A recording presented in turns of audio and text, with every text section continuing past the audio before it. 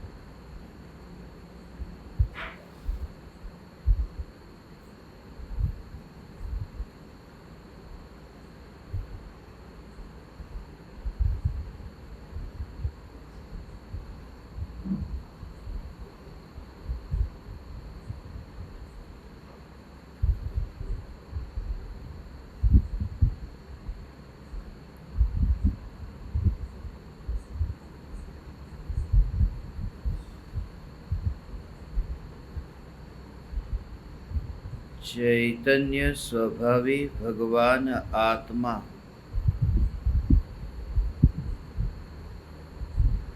अनादि अनंत शुद्ध चैतन्य मात्र है।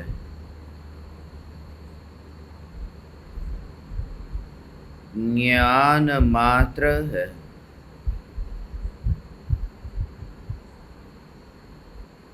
मैं शुद्ध चैतन्य मात्र ज्ञान मात्र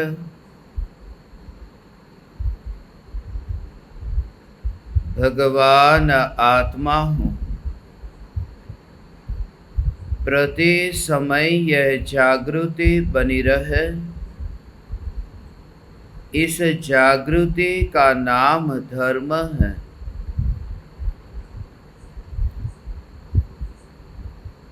देह की प्रत्येक क्रिया के काल में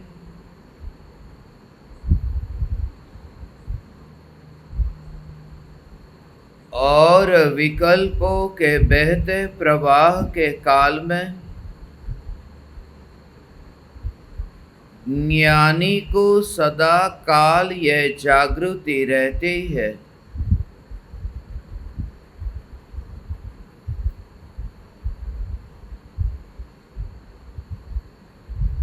कि काल के भेद से न्यारा मैं त्रिकाल एक ज्ञायक देव हूँ।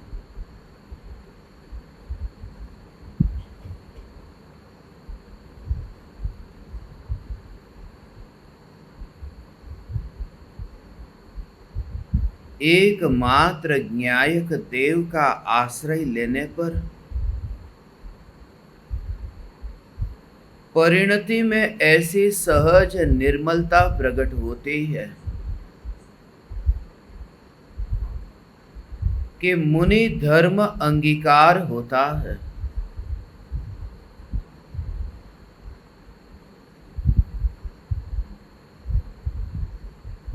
देह रूपी वस्त्र से मुक्ति पाने से पहले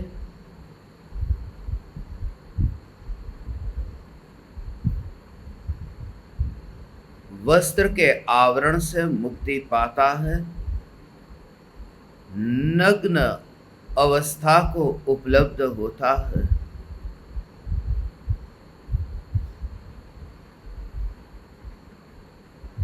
मगर वह नग्न देह भी ऐसा ही दिखाई देता है, स्मशान में लेटे हुए नग्न मुर्दे की भांति। फिर उससे कोई फर्क नहीं पड़ता कि कौन से आसन पर है। कुर्सी लकड़ी की है या फिर लोहे की है, उसकी और ध्यान नहीं जाता। लोहे की चिता पर लकड़ी पर लेटी हुई वह लाश, ऐसा ही यह देह अत्यंत दूर से दिखाई देता है। मगर लाश के प्रत्येक परमाणु में भीतर में खोजबीन करने पर भी लाश में चैतन्य की तलाश करने पर भी चैतन्य तत्व का दर्शन नहीं होता, क्योंकि चैतन्य तत्व यहां अनुभव में आता है, लाश में जाएगा कैसे। ऐसे अत्यंत दूर जो देह के परमाणु को देखते हैं और जिनकी परिणति स्वरूप की ओर दौड़ती है, ऐसे भावलिंगी मुनिराज 22 परिचय को सहन करते हैं। ये 22 की तो गिनती है, ये 22 तो मुख्य है। वास्तव में तो प्रति समय ज्ञान की पर्याय में प्रतिबिंबित होने वाले परज्ञेयों को सहन करते हैं। सर्दी और गर्मी नहीं, प्रति समय ज्ञान की पर्याय में जो ज्ञेय प्रतिबिंबित होते हैं, उन ज्ञेयों को ज्ञान में जानते जानते जानते सहन करते हैं, अर्थात सहज रूप से स्वीकार करते हैं। दिन हो या रात हो, जागृत अवस्था हो या फिर निद्रा का काल हो, मुनिराज के लिए जो ये देह सिर्फ औपचारिकता रह गया है। ये बाहर से देखे तो पहचान में नहीं आता, जिसका अब इस देह से ही संबंध नहीं है। मुनि अर्थात वितराग परिणति को प्राप्त, सकल चारित्र को प्राप्त। सकल चारित्र का अर्थ क्रियाकांड नहीं है, सकल चारित्र का अर्थ वितराग परिणति है। सकल चारित्र का अर्थ उस ध्यान की अग्नि में वो कषायों का दहन है, और ये चैतन्य के आश्रय से वितराग परिणति में वृद्धि है। हर समय ये वितरागता की वृद्धि का आनंद भोगते हैं। वितराग वितराग वितराग वितराग, ऐसी वितरागता में वृद्धि होती है। वहां कोई भेद नहीं, संप्रदाय के भेद नहीं, पंथ के भेद नहीं, कुल जाति के भेद नहीं, संयोगों के भेद नहीं। जहां वितराग परिणति ऐसे निर्मल है।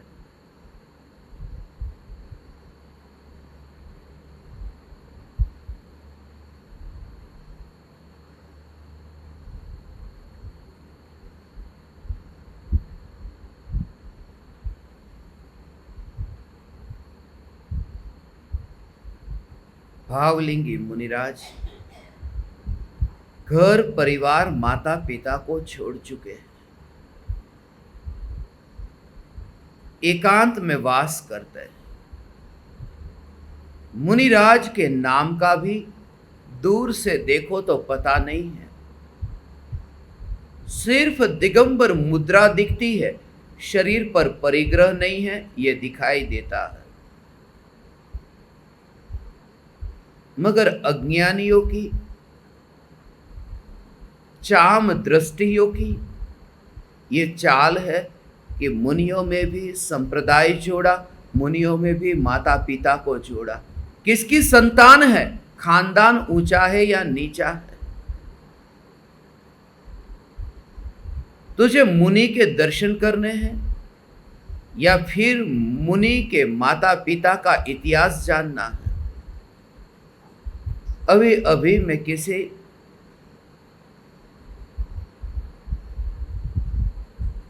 गुरु का YouTube पर एक वीडियो सुनता था। उस वीडियो में उसने कहा कि बचपन में मेरे शादी करने का भाव आया। मैंने अपने पिताजी से कहा कि मैं शादी करना चाहता हूं। पिताजी ने पूछा कि लड़की कौन है, उसकी जाति कौन सी है। इन्होंने कहा मुझे पता नहीं है। उसका जो नाम था वो नाम उसने अपने पिता को बताया। पिता ने पूछा उसके पिता का नाम क्या है, लड़की के पिता का नाम क्या है। इसने कहा लड़की के पिता से मेरी शादी नहीं करनी, इसलिए मैंने पूछा ही नहीं तेरे पिता का नाम क्या है। मुझे लड़की से शादी करनी है ना, उसके बाप से थोड़ी करनी है। और ये नाम भी उसका निकनेम है, असली नाम तो मुझे भी नहीं पता।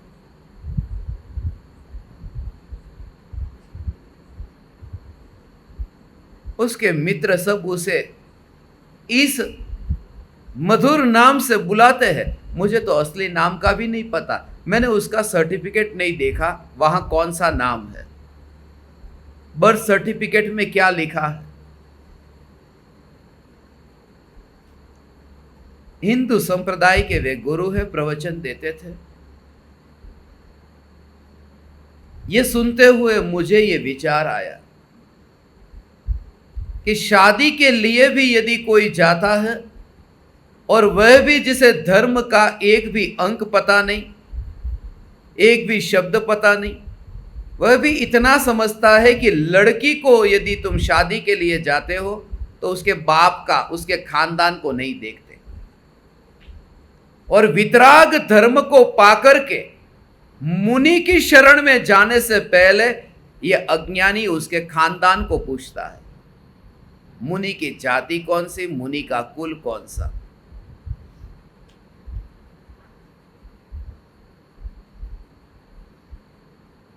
इसलिए अभी मैंने आपसे जो कहा, मुनि धर्म के नाम पर जो हो रहा है,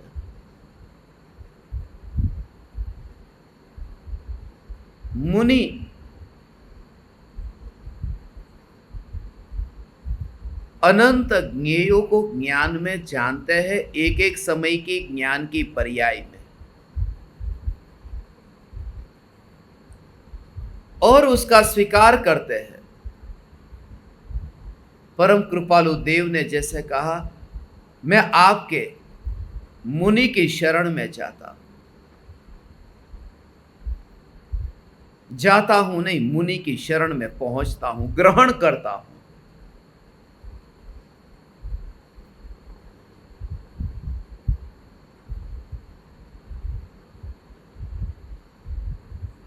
शब्द की ही हमें एलर्जी हो गई है। श्वेतांबर शब्द सुनते ही लगता है बस ये कोई और, ऐसा ही लगता है जैसे बस इनका नरक पक्का है, इनका निगोद पक्का है। ये शब्द सुनते ही शब्द की एलर्जी हो गई है। और श्वेतांबरों को भी दिगंबर शब्द सुनकर के एलर्जी हो गई है।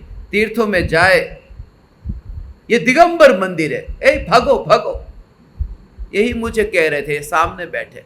हम तो बहुत बार दिगंबर मंदिर में गए, अंदर जाते ही तुरंत सब चिल्ला के कह रहे दिगंबर मंदिर है। हमारा कोई मंदिर नहीं होगा, हमारा कोई मंदिर न होगा। इन मंदिरों ने जितने भेद किए हैं, इन मंदिरों ने जितनी लड़ाइयां कराई है, मैं नहीं चाहता। मैं संतुष्ट हूं, परम कृपालु देव कहते हैं, मैं संतुष्ट हूं। जैसे भक्तामर में यह कहा कि आपका दर्शन करने के बाद में और किसी के दर्शन करने का मुझे मन ही नहीं होता। नान्यत्र तोष मुपयाति जनस्य चक्षु। आपका दर्शन करके अब मुझे कहीं पर भी चैन नहीं पड़ता, कहीं कुछ देखने जैसा नहीं लगता, किसी और के दर्शन करने बाकी नहीं लगते। मुझे भी ऐसा ही लगता है। इतने मंदिर को देखने के बाद में अब मैं कौन से मंदिर में जाऊं? यहां पर इतने तो मंदिर बैठे, चलते फिरते मंदिर है। ये मंदिर कम है क्या?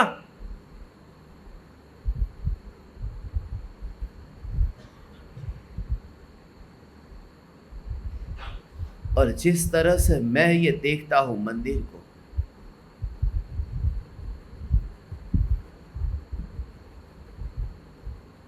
मिट्टी का मंदिर, राख का मंदिर,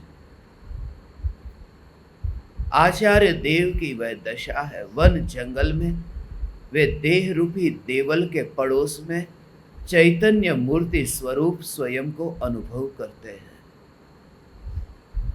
अब तुम्हें कोई डिगा नहीं सकता।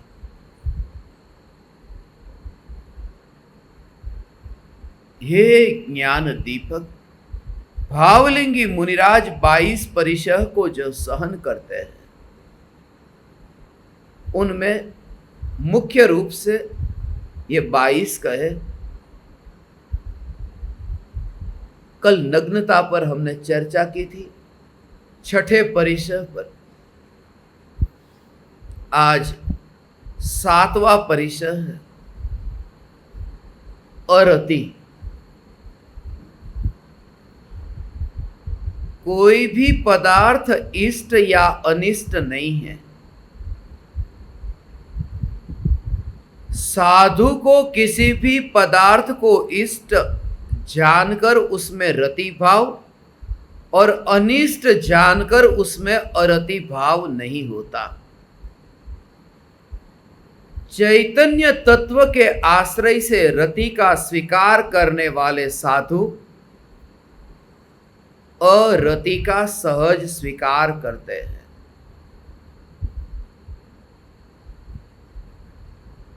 कोई भी पदार्थ इष्ट अनिष्ट नहीं है।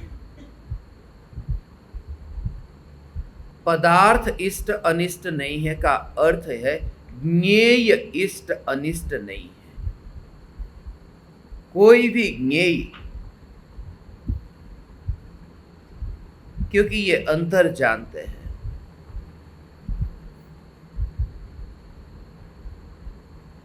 ज्ञेयों में इष्ट और अनिष्ट का भेद नहीं। यह ज्ञेय इष्ट है, यह राग है। यह ज्ञेय अनिष्ट है, यह द्वेष है। मुनि की दशा तो वह है कि पदार्थ जो है उसमें तो इष्ट अनिष्ट नहीं, मगर ये जो इष्ट अनिष्ट के भाव है उसमें भी इष्ट अनिष्टपना नहीं है। न राग के प्रति राग है, न द्वेष के प्रति द्वेष है।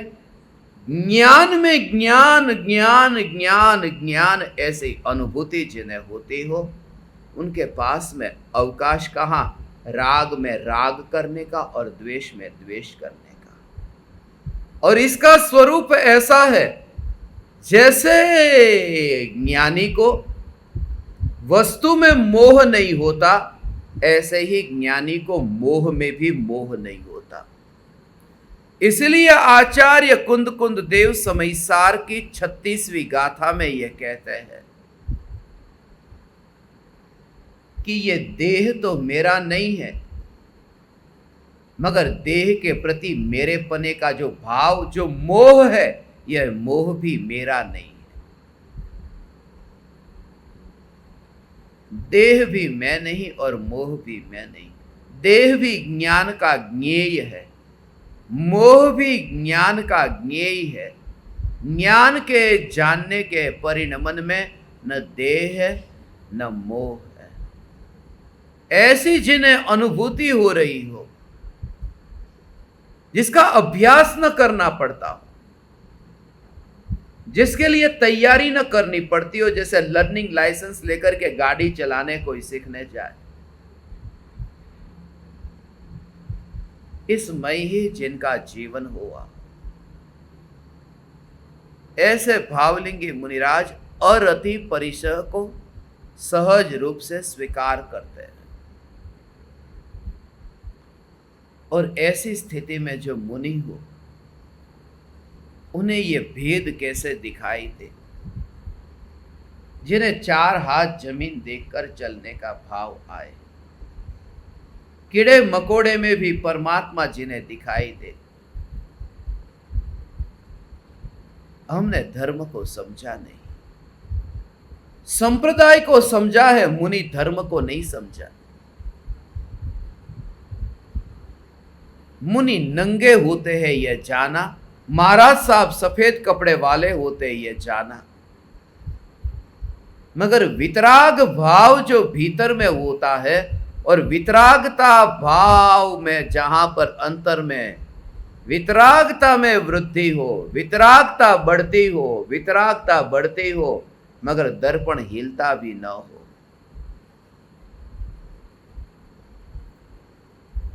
इसलिए वितरागता प्रकट हो, इसमें इतनी बड़ी बात नहीं। असली बात तो यह है, मुंबई के बारे में यह कहा जाता है, मुंबई नी कमाणी मुंबई मां समाणी। मुंबई में कमाई करना ये बहुत आसान है, मगर जो मुंबई में कमाई की है उसे बचाना बहुत मुश्किल है। कमाना आसान है, बचाना मुश्किल है। महंगाई इतनी है, लोगों के पास में ठहरने के लिए घर नहीं है।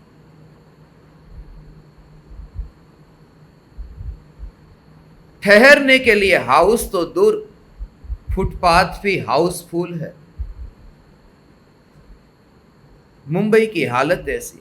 मुंबई में धन कमाना आसान है, बचाना बहुत मुश्किल।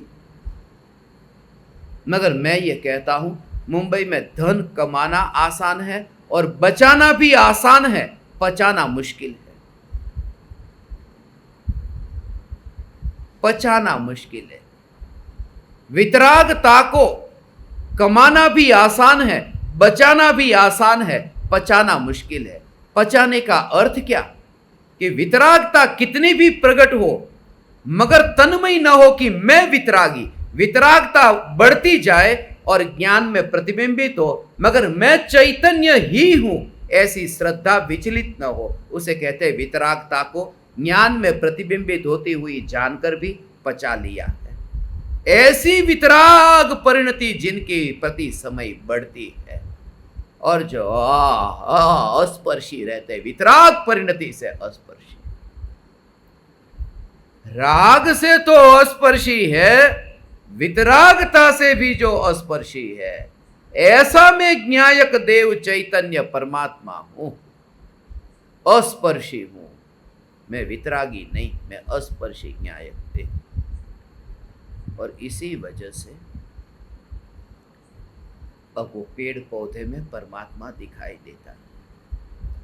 यदि वितरागता के कारण मैं महान होता, तो रागियों के सामने आने से उसे नीचा देखता।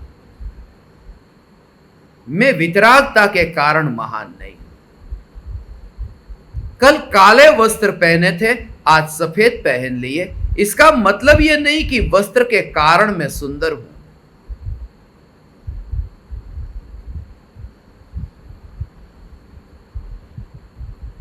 कल कृष्ण लेश्या थी, आज शुक्ल लेश्या हो गई। इसका अर्थ यह नहीं कि मैं लेश्या स्वरूप हूं। रंग बदल गया। मुनिराज अरति परिसह को सहन करते हैं। अरति परिसह, प्रतिकूल संयोग जब मुनिराज के सामने आए, जो हमें प्रतिकूल लगते हैं, मुनि के लिए प्रतिकूल नहीं है, क्योंकि जो ज्ञेयों में वास नहीं करते। यह पर्युषण पर्व से मुझे यह स्मरण में आया, जो दोपहर में कोई बोला था, पर्युषण पर्व क्यों मनाते? समय कम था, सदा कम पड़ेगा।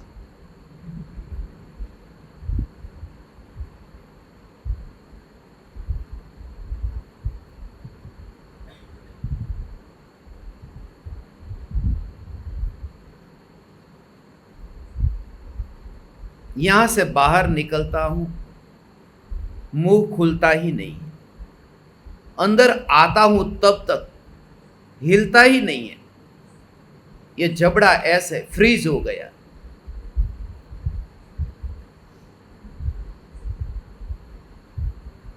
रोटी को भी लिक्विड करके पिला रहे, चावल को भी लिक्विड करके, दाल को भी लिक्विड, सब पानी करके पिला रहे।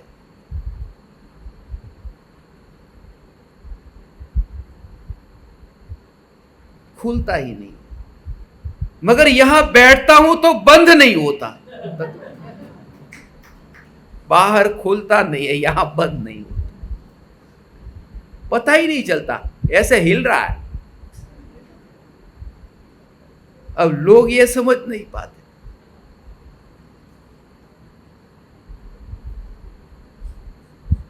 समय सदा कम पड़ेगा।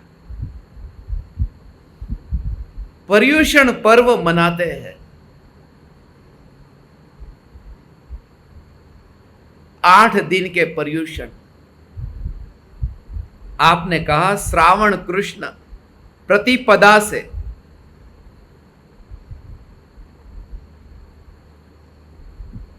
लगातार 7 दिन तक 7 प्रकार की बरसात होती है जब उत्सर्पिणी काल प्रारंभ होता है।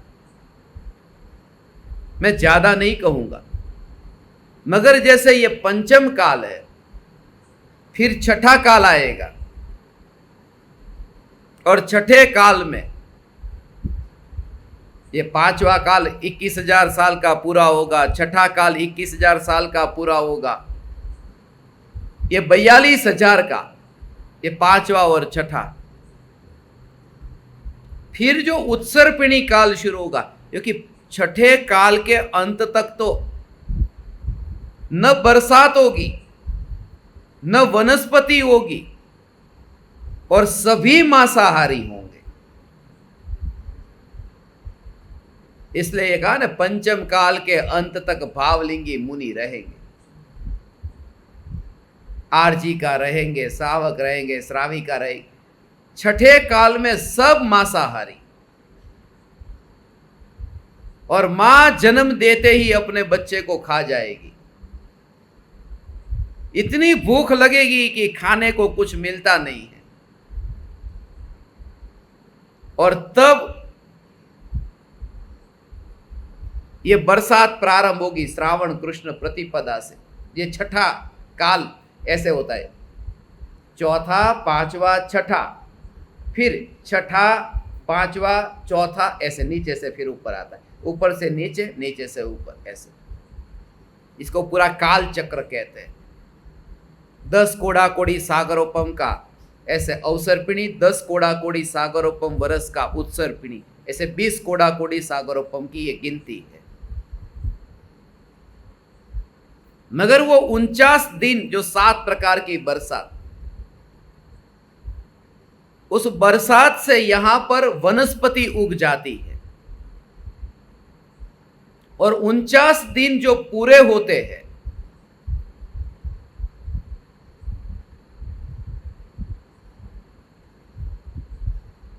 वो भादरवा महीना, भाद्रपद, ये भादरवा महीना शुक्ल पंचमी के दिन वो पूर्ण हुए 49 दिन।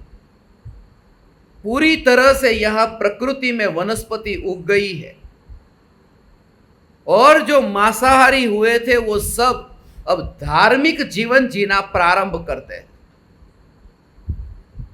और उसे हम 10 लक्षण पर्युषण महापर्व का पहला दिन मनाते हैं।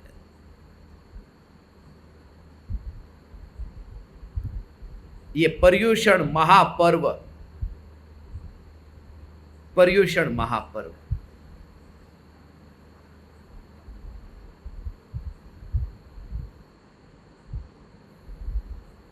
परिउषण, आज किसी ने जवाब नहीं दिया। पर्युषण का अर्थ क्या है बताओ?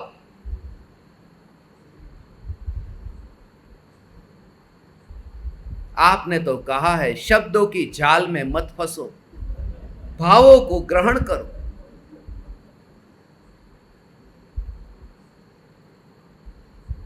है कोई ऑनलाइन सुनने वाला, पर्यूषण शब्द कैसे बना? पर्यूषण का भाव क्या?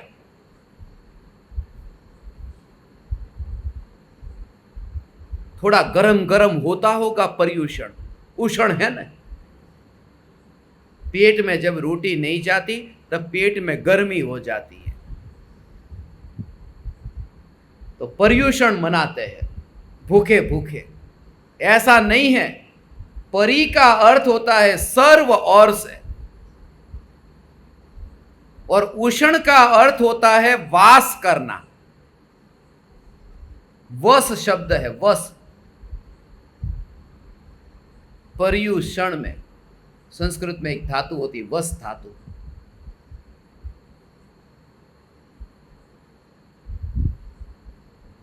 विराजमान होना, वास करना। परि उपसर्ग होता है, अन प्रत्यय होता है। ये सब व्याकरण की भाषा है, मगर सिर्फ इतना कि परिउषण सर्व प्रकार से, सर्व तरह से अपने में वास करने का नाम पर्यूषण है। अपने में वास करना या अपने में वास करने का अभ्यास करना।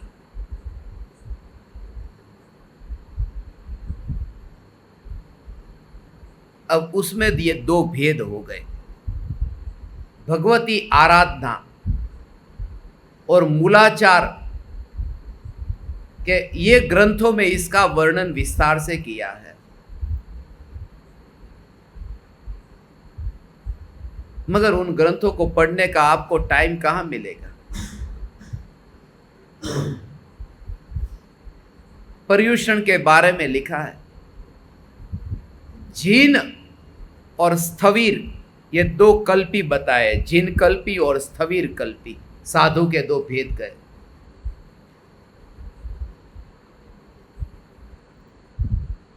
भगवती आराधना में 423 नंबर की गाथा है, कभी उसको भी अपन लेंगे। भगवती आराधना और मूलाचार का 10वां अध्याय है, जिसकी 18 नंबर की गाथा है, जिसमें इसका वर्णन है। पर्यूषण चारों ओर से अपने को सिमट करके, उपयोग को चारों ओर से सिमटना और अपने समीप रह करके अपने में वास करना, यह पर्यूषण।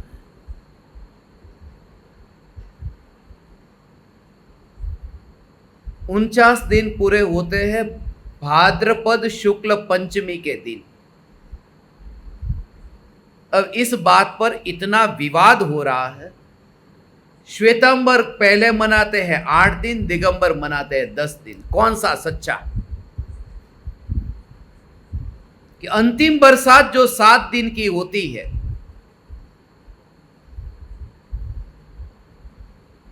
रस मेघ बरसते हैं, कि सब लोग उस समय मिलते थे सामूहिक रूप से। अभी बरसात चल रही है और सब सामूहिक रूप से मिलते थे, और संवत्सरी के दिन प्रतिक्रमण करते हैं ना। अब प्रतिक्रमण संवत्सरी के दिन किया, तो उससे पहले कुछ किया होगा। संवत्सरी में क्या करते? मिच्छामि दुक्कडम, तो माफी मांगी ने, प्रतिक्रमण किया, माफी मांगी। तो माफी कैसे मांगी? कि स्वरूप पाया ने। तो स्वरूप को पाए बिना माफी मांगी कैसे? और स्वरूप को पाने के लिए तो धार्मिक वातावरण बना होना चाहिए ना पहले, नहीं तो पाया कैसे स्वरूप? और उस समय तो बरसात चल रही थी, बरसात में तो आना जाना होता नहीं है।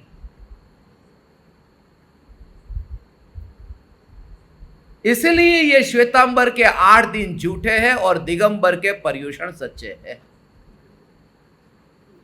उस पर यह विवाद चल रहा है और कोर्ट में गया एक वकील। मैं इतना जानता हूं, मेरे पास उतना समय नहीं है कोर्ट कचहरी में जाने का, इसलिए मैं दोनों मनाता हूं, श्वेतांबर भी और दिगंबर भी।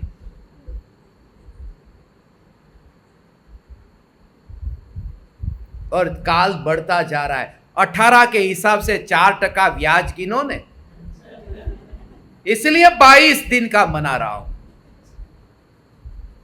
और ब्याज बढ़ता जाएगा। अगले साल में फिर 5% हो जाएगा। 23 दिन के मनाऊंगा। साल का ब्याज है ना, महीने का नहीं है।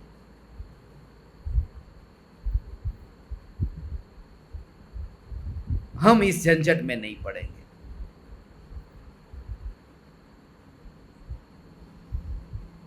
हम इस झंझट में नहीं पड़ेंगे। यह झंझट है, यह पंडिताई है, यह धर्म नहीं है।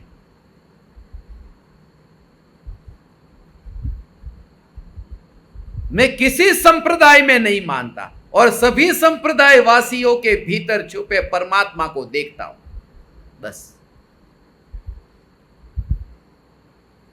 मेरी मस्ती को क्यों लुटाओ, क्यों गवाओ?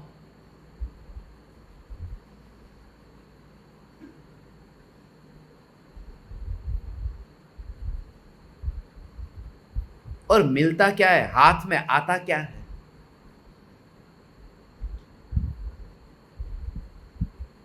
समय ही नहीं था परम कृप। एक श्वेतांबर विद्वान हुए,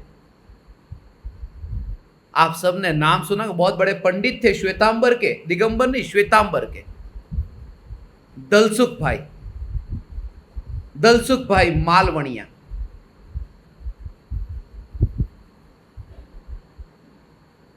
उन्हें यह अच्छा नहीं लगता। वे तो ये श्वेतांबर मंदिर में मूर्ति को देखते, देरासन में प्रवचन देते, ये कहते ये भगवान को क्या किया? सिर्फ रोलेक्स की घड़ी और रेमंड का सूट बाकी बचा है, बाकी सब आ गए। देरासर में प्रवचन देते थे, रोलेक्स की घड़ी और रेमंड का सूट बाकी बचा है, बाकी तो सब कुछ आ गया है। परम कृपालु देव ने ऐसा कुछ भी नहीं कहा। परम कृपालु देव कहते हैं समय अल्प है,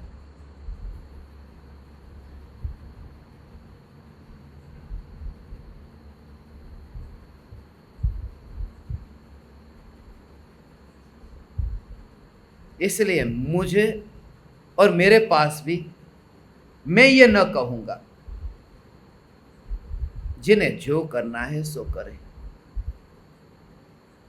बस एक चैतन्य परमात्मा का स्वरूप नहीं समझा। ये तिथि में भी पंचमी को मनाए, कभी 12 को चालू होते, कभी 13 को चालू होते पर्युषण। अंग्रेजी कैलेंडर में होता है ना, एक दिन ज्यादा आता है हर 4 साल में। वो कौन सा महीना है? फरवरी महीना। 28 के 29 आते हैं। इनका ठिकाना नहीं, 4-4 साल में एक एक दिन ज्यादा एक्स्ट्रा करते हैं। उनका तो 4 साल में एक दिन एक्स्ट्रा होता है, अपना तो पूरा महीना एक्स्ट्रा आ जाता है, अधिक मास।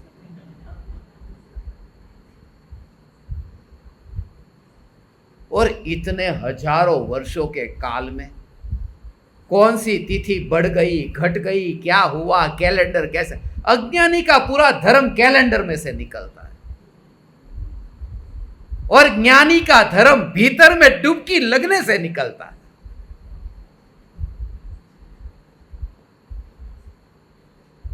ऐसा हो, वो ऊपर का कैलेंडर जैसे 12 का वो लिखा है कैलेंडर में, वो पता का ऐसा निकाला, फाड़ा, डस्टबिन में डाला, हाँ पर्युषण शुरू। यहां कहते मिथ्यात्व का पता का हट गया और भीतर में चैतन्य प्रकट हुआ, यह पर्युषण शुरू, यह पर्युषण शुरू हुआ। मैं तुम्हारी छाप ऐसी देखना नहीं चाहता कि तुम दिगंबर संप्रदाय के हो। सभी ज्ञान दीपकों के लिए कहता हूं, दुनिया में तुम्हारी पहचान भविष्य में न दिगंबर संप्रदाय से हो न श्वेतांबर से। भविष्य में तुम्हें दुनिया याद करे कौन ज्ञान दीपक? वो चैतन्य चैतन्य चैतन्य वाला।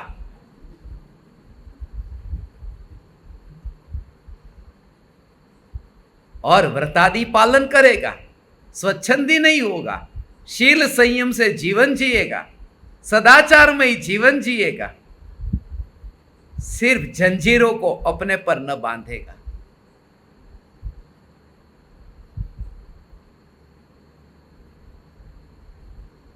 इसलिए उमराला में मंदिर बना है, मगर मैंने मंदिर के ऊपर यह नहीं लिखवाया दिगंबर जैन मंदिर, श्वेतांबर जैन मंदिर। श्री महावीर जिनालय, खत्म हो गई बात। महावीर भगवान का जिनालय।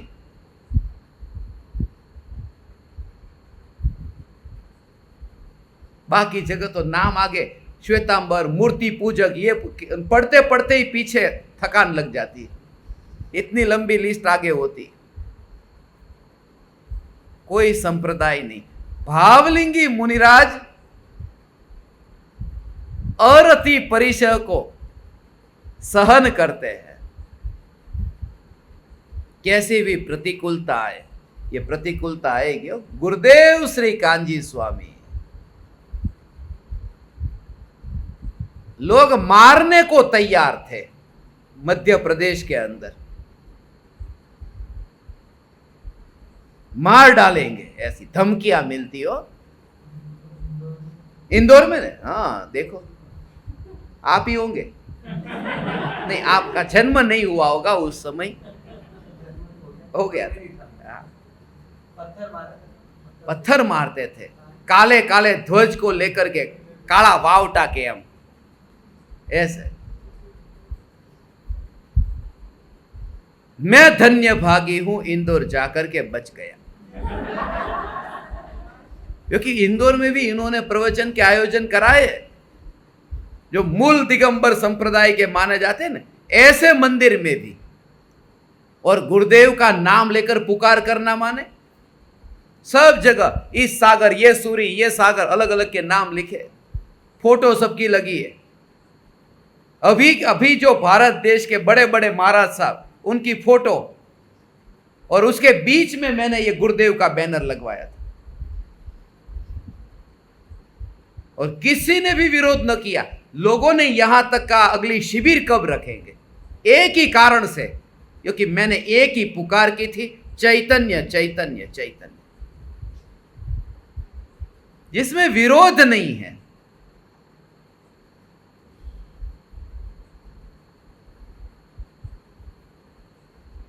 जब अंदर की भीतर की वृत्ति पड़ी हो तो वृत्ति को कहीं ना कहीं निकालेंगे।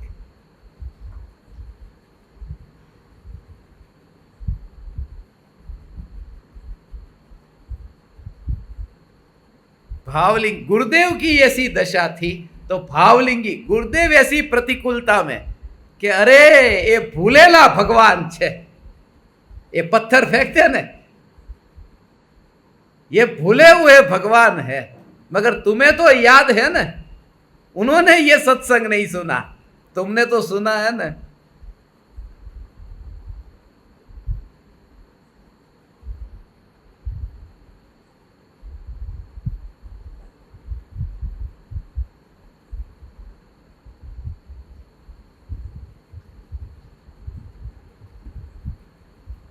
कोई भी पदार्थ इष्ट अनिष्ट नहीं। ये तो पर्यूषण की चर्चा निकली इसलिए कह दिया। पर्यूषण, ये पर्यूषण का भाव।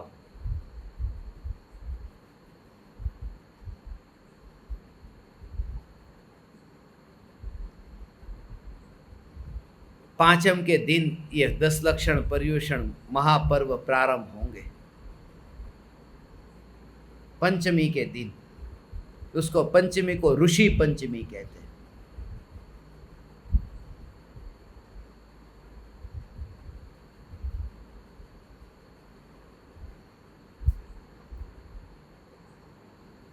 अब मुझे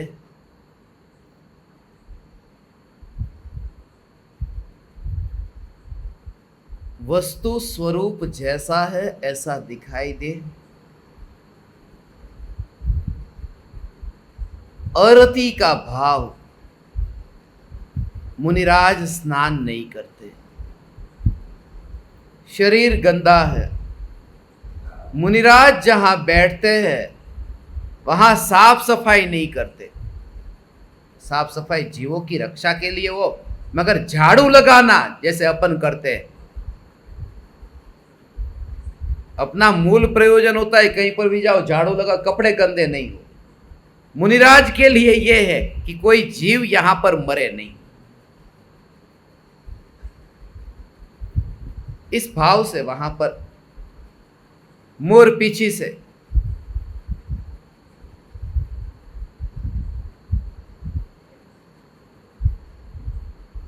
सावधानी पूर्वक दया का पालन करते हैं। मगर वहां गाय भैंस कुत्ते बिल्ली ये जानवर, वहां उनका मल मूत्र भी वहां छोड़ा होगा। ऐसी जगह पर बैठ करके अरति का भाव उन्हें नहीं आता है, और कोई उन मुनिराज पर अरति करे तो उनके प्रति भी कोई भाव नहीं आता। तुम ना करके आओ, तैयार होकर ना करके आओ, और कोई तुम्हें यह कह दे कि जाने भाई तुम नाई लो ने, कैसा लगता है? स्नान करके कोई आया हो, उसे दोबारा कोई ऐसा कहे तुम्हें नावानु क्या रहे छे, अंदर से लगेगा दिखता नहीं हूं क्या ऐसा? मुनिराज स्नान नहीं करते और मुनिराज के प्रति कोई घृणा करे, अरति करे, मुनिराज उस अरति को भी सहज रूप से स्वीकार करते हैं।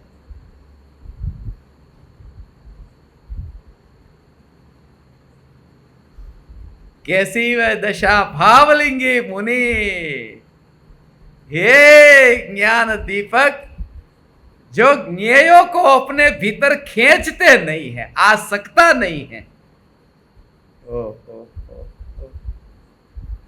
ऐसा ये चैतन्य चैतन्य चैतन्य चैतन्य परमात्मा निर्विकल्प अनुभूति में त्रिकाली ध्रुव भगवान आत्मा जो जानने में आया, 4 बजे त्रिकाली ध्रुव का प्रतिबिंब ज्ञान की पर्याय में पड़ा, और 5 बजे किसी ने कहा कि आप बदबू वाले हो, तब वह जागृत है कि 4 बजे ज्ञान में प्रतिबिंबित होने वाला जो भगवान आत्मा, जो ज्ञान की पर्याय में मिल नहीं गया, क्योंकि ज्ञान की पर्याय तो 4 बजे की मर गई, मगर त्रिकाली है। त्रिकाली ध्रुव भगवान आत्मा 4 बजे की पर्याय में, ज्ञान की पर्याय में मिल नहीं गया। तो तुम बहुत बदबू वाले हो, ये शब्द जो ज्ञान का ज्ञेय बन रहा है, 4 बजे भगवान आत्मा ज्ञेय बना था, अब 5 बजे ये शब्द ज्ञेय बने, मगर ये शब्द जो 5 बजे ज्ञान के ज्ञेय बने, जो त्रिकाली ध्रुव भगवान आत्मा जो स्वज्ञेय है, और तुम बहुत बदबू वाले हो, ये परज्ञेय है। ये वाणी स्वज्ञेय का भी ज्ञान की पर्याय में प्रवेश नहीं, तो परज्ञेय का ज्ञान की पर्याय में प्रवेश कैसा?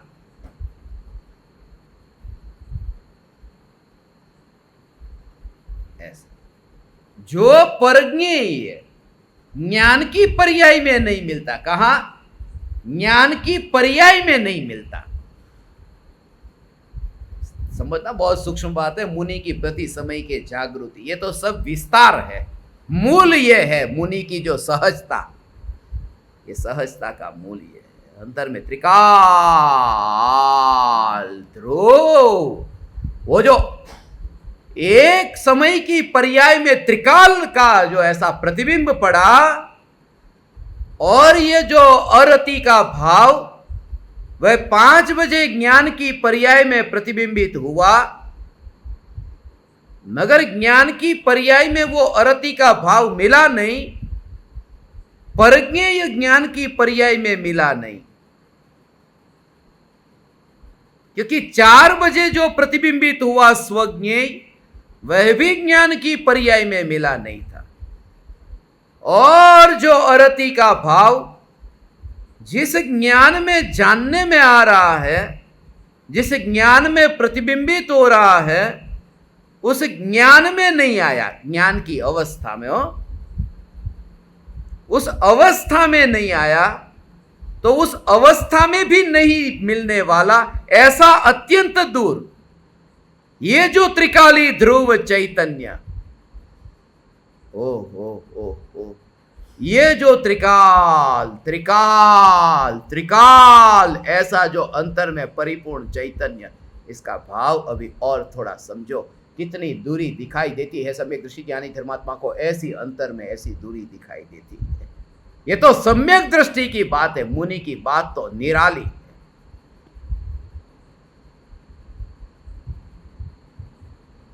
ऐसा ये स्वरूप है? हाँ, एक હવે તમને બધાને સાંભળજો। ભગવાન ये चैतन्य चैतन्य चैतन्य चैतन्य चैतन्य, ऐसा अस्पर्शी न्यायक, ये न्यायक देव हो भगवान, ऐसा समझो। ये 3 ऐसे दूरी का भाव समझना।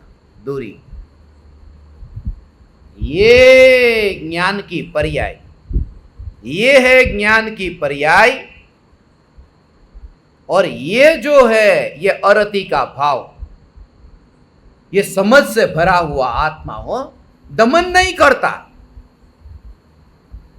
अंदर में उस रस को पी गया है, अंतर में उसे पचा लिया है, वो ऐसा भगवान आत्मा। ये अरति का भाव, ये ज्ञान की पर्याय 5 बजे की, जिसमें ये जानने में आया अरति का भाव, यहां कहा, यहां ये ज्ञान की पर्याय। और 4 बजे की ज्ञान की पर्याय, ये तो 5 बजे की, 4 बजे की ज्ञान की पर्याय, जिसमें ये त्रिकाली ध्रुव भगवान आत्मा प्रतिबिंबित हुआ। 4 बजे की पर्याय में ये त्रिकाली ध्रुव भगवान आत्मा मिला नहीं, तो 5 बजे ये जो विकार का अरति का भाव इस ज्ञान की पर्याय में कैसे, ये हुआ स्वज्ञेय और ये अरति का भाव परज्ञेय। तो ये अरति का भाव यहां भी नहीं आया, कहां, पर्याय में, जहां प्रतिबिंबित होता है। ध्रुव में प्रतिबिंबित नहीं होता, ज्ञान की पर्याय में प्रतिबिंबित होता है, क्योंकि ध्रुव तो सदा काल है, उसमें प्रतिबिंब नहीं पड़ता, वो तो सत्ता स्वरूप है। एक समय की पर्याय में ज्ञेय का प्रतिबिंब पड़ता है। तो जो रति का अरति का भाव जिस ज्ञान में प्रतिबिंबित हुआ, उसमें मिला ही नहीं है, तो जिस ध्रुव न्यायक में तो प्रतिबिंबित भी नहीं हुआ, उसमें कैसे मिलेगा ये भाव? यहां भी दूरी तय नहीं कर सका, तो यहां इतना दूर कैसे आएगा? ऐसा, ये इतने से इतने तक नहीं आ सका, तो इतने से यहां तक कैसे आएगा? और यहां नहीं आ सकता। ऐसा जो ध्रुव चैतन्य परमात्मा, जब ये अरति ज्ञान में जानने में आती है, उस समय ज्ञान की अवस्था में ये ध्रुव चैतन्य परमात्मा का लक्ष्य होने से उपयोग हट जाता है, शुद्ध उपयोग में लीन हो जाते हैं। मुनिराज परिसह का सहन करते करते निर्विकल्प ऐसे होते हैं।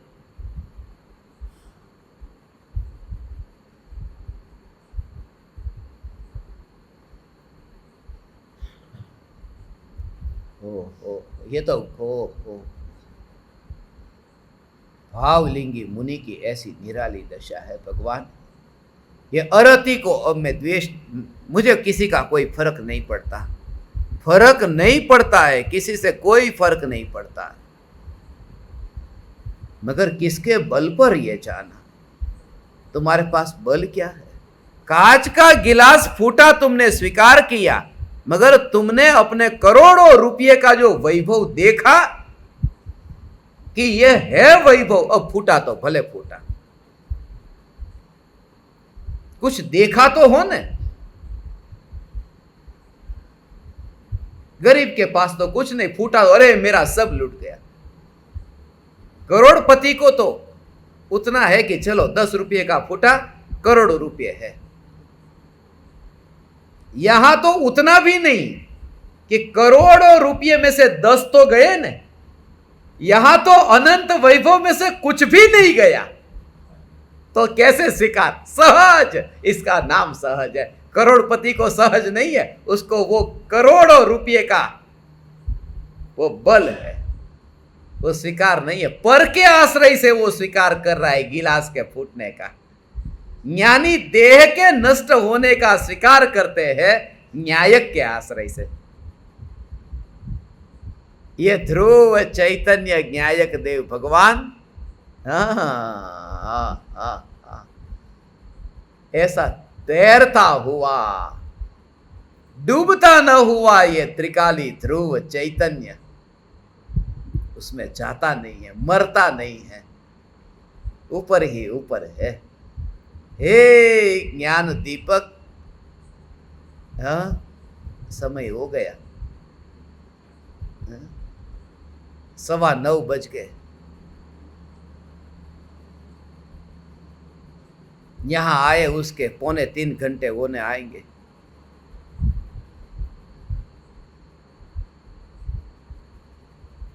चौबीस घंटे जिनके अंतर, मुनि की दशा ऐसी है वो, जिसकी कल्पना कैसे कोई करे। 6ठी 7वीं मंजिल पर क्या हो रहा है, कोई ग्राउंड फ्लोर पर देख रह करके देखना चाहे, लाओ में देखो वहां ऊपर क्या हो रहा है। तू उतना ऊपर जा तो पता चलेगा।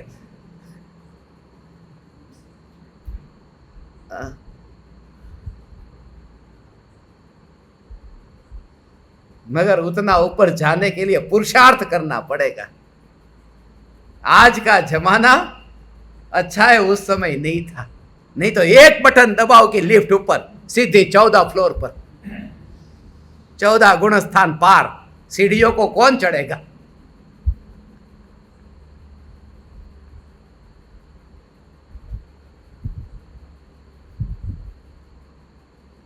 ये तो सम्यक दृष्टि का ऐसा भेद विज्ञान है। वो सम्यक दृष्टि की ऐसी दशा, मुनि का स्वरूप तो क्या कहे। ये भेद विज्ञान की जो बात कही, सम्यक दृष्टि ऐसा मानते हैं, चौथे गुण स्थान में ऐसा मानते हैं।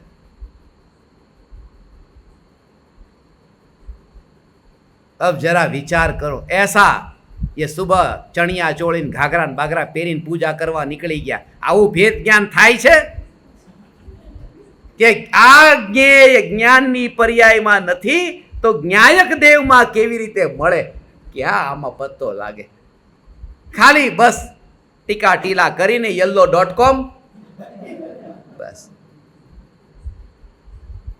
ધાર્મિક થઈ ગયા।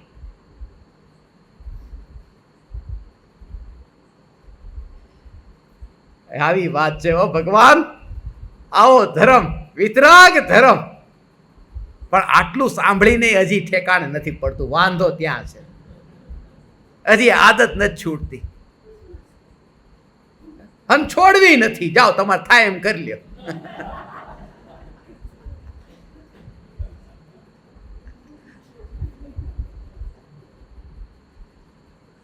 मैं कर नहीं सकता कुछ वरना बहुत कुछ करता, अकर्ता स्वभावी हो ना।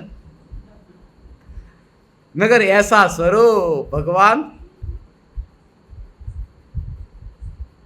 एकाद आदमी भी कोई मिल जाए ना, मैं उससे मिलना चाहता हूं। बहुत दुर्लभ है जो चैतन्य की पुकार करे और कहे कि मुझे न दिगंबर संप्रदाय न श्वेतांबर संप्रदाय, संप्रदाय ही नहीं, एक चैतन्य, और त्योहार मनाता हो सब, मनाओ ने। ईद के दिन भी शिविर रखूंगा मैं तो मजा लेता हूं, जो भी बहाना मिल जाए।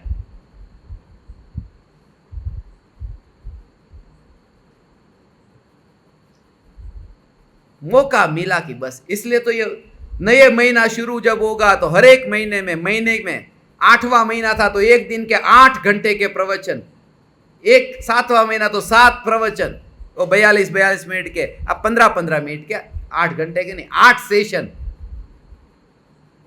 अब 9वां महीना चालू होगा तो 9 होंगे। बहाना ढूंढता हूं बस, ज्यादा से ज्यादा सत्संग।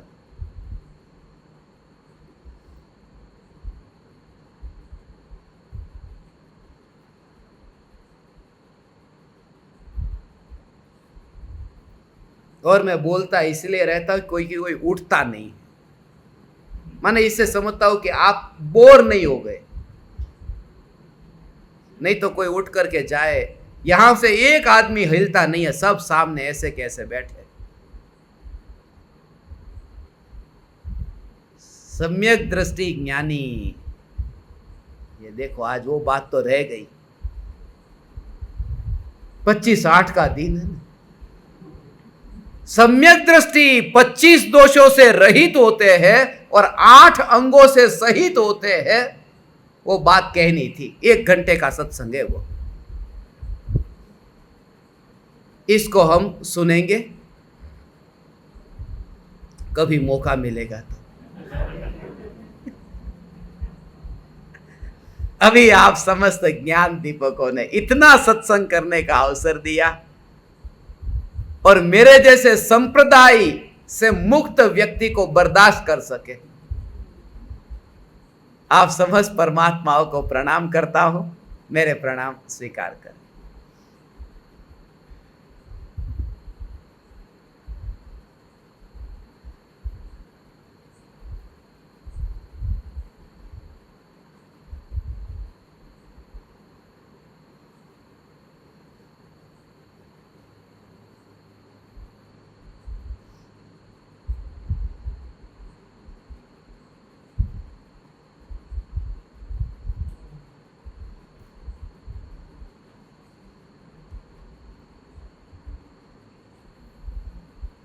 अहो अहो श्री सद्गुरु करुणा सिंधु अपार, इस पामर पर प्रभु किया अहो अहो उपकार, अहो अहो